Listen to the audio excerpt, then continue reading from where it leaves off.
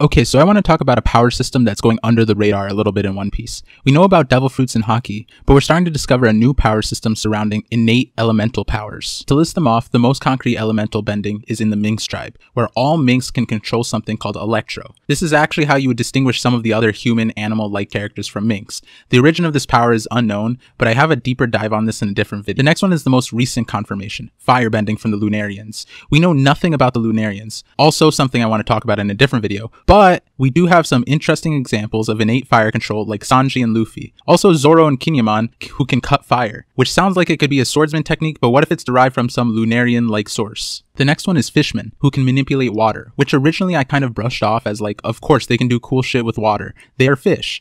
But then I thought that's kind of like expecting a human to naturally airbend. Again, we weren't really given background on this power, and it was the first power technically introduced, but I started thinking of this more as a waterbending power after the Lunarian fire ability detail was shown in the manga. With the context of electric and fire control, it makes more sense to think of fishman water manipulation to be innate water control, and it doesn't make sense if those were the only elements that could be controlled. The two most obvious ones left would be air and earth, which air could be shown to be manipulated by maybe Geppo, where certain characters are able to moonstep or push off air and fly. But an interesting interpretation is that some swordsmen in One Piece can cut things using air pressure, Zoro showing this off plenty of times. Now you might think that the projectile slash is not related to air, but I think the best example of this would be the dials from Skypiea, which are mysterious shells that convert energy into various elemental uses or attacks. One of the dials that use air is called the axe dial, which creates an X cut using air that is strong enough to cut iron. But actually, Zoro and the swordsmen aren't who I want to propose being an airbender, because it's hard to say whether it's an innate power that these swordsmen have,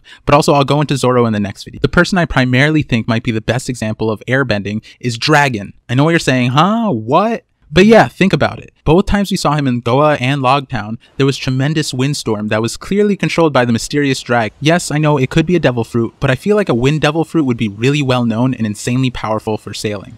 There was also this scene where Smoker, who had just experienced the tremendous wind power and is obviously aware of devil fruits, questions what the source of the wind was. When as a devil fruit user, it's more logical to think it was just a devil fruit, but I feel like that doubt was a hint to us that Dragon has a different kind of power. It also feels like Oda continues this wind theme around Dragon when we see him react to Luffy's bounty and dismiss further conversation saying, "I'm gonna get some wind." Also, literally Dragon's ship is called the Wind Granma. It definitely seems like Dragon's power is specifically air related, as shown in the Grey Terminal fire. There was an air blast so strong that it put out a large section of the fire, where if it were storm related, he could just make it rain to put out the fire. So then the question that would help us figure out if it were a devil fruit or not is, where does the power come from?